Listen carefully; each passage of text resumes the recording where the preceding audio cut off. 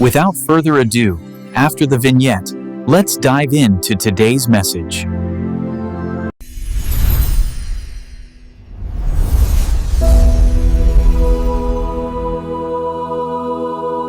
What if one of the biggest truths in the entire Bible wasn't actually a command, but an invitation? That's what we're digging into today. We're going to explore the sanctuary and what it tells us about this incredible desire God has to just be with us. All right, let's just start with this. Forget all the ancient history for a second and just picture this. What if God, the creator of everything, wanted to be your neighbor? I mean, literally, what if he wanted to move in next door? Not just pop in for a visit, but actually live there, right in the middle of everything. That's really the heart of what we're talking about here. So, yeah, it all starts with this fundamental idea, a God who actually wants to dwell with us. And that raises a question people have asked forever, right? How can an infinite God actually be near? And the first thing we've got to get is that the sanctuary was never, ever just a building. Think of it more like a powerful teaching tool, a living, breathing illustration of the entire plan of salvation. Every single ceremony, every little detail, it was all pointing to something bigger, to a deeper truth about Jesus. And we don't have to guess why. God himself makes it totally clear in Exodus. He says, "Let them make me a sanctuary that I may dwell in their midst." You see that? The purpose wasn't just to have a place for people to come and worship. It was about creating a home for God, right there, smack in the middle of their camp, in the center of their lives. Okay, so if God wants a home among his people, how does that actually happen? Let's take a look at the actual blueprint for this incredible place. But we have to be really clear about something here.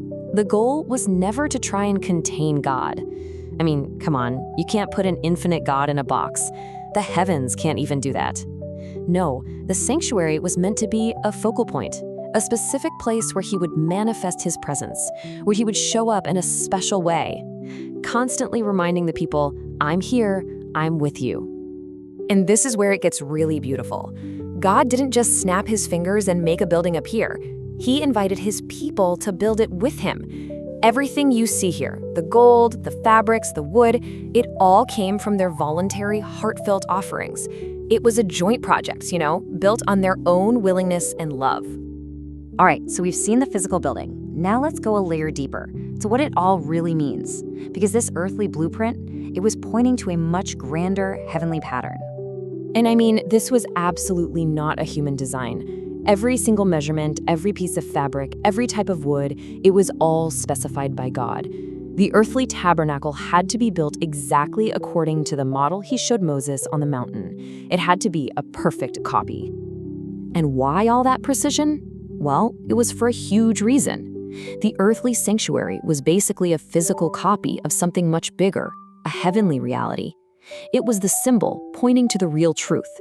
It was temporary, pointing to something eternal. It was like a shadow or a blueprint on earth of the true original sanctuary up in heaven. Now, like any good symbol, the earthly sanctuary had a job to do, and it did it for a specific period of time. But its story, well, it builds to this incredibly dramatic moment, a single event that just changed everything.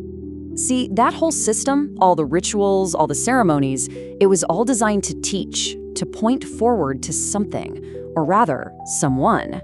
And it served its purpose perfectly until the person it was pointing to finally showed up. And then, at that one pivotal moment in all of human history, with his death, that huge, thick veil in the temple, the one separating the holy place from the most holy place, it was torn, ripped right in two, from the top all the way to the bottom. Now that wasn't some random earthquake. That was a statement, a divine announcement. And what it meant? Oh, it was impossible to miss. First, the symbol had now met its reality.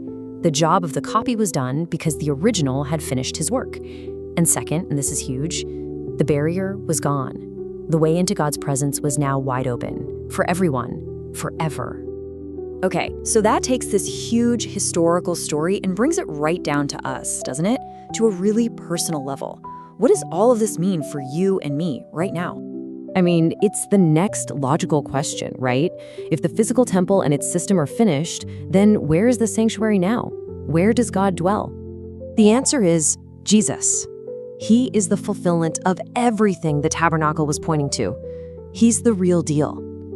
So today, he's ministering for us, not in some earthly copy, but in the true original sanctuary in heaven. That old chapter, as beautiful and important as it was, is closed. And that brings us to what might be the most powerful truth in this whole thing. The entire story of the sanctuary shows us that God's ultimate desire wasn't just to pitch a tent and live among his people, it was to actually live in them, in our hearts. The whole plan, from the very beginning, was leading to this, to the closest, most intimate connection you can possibly imagine. So, let's bring this full circle. Remember how the Israelites brought their own voluntary gifts, their gold, their silver, to build God a physical home? Well, today, that same invitation is extended to us. We can offer our lives, our hearts as a dwelling place for him. So the final question isn't about history, it's for right now, for you. What will you build?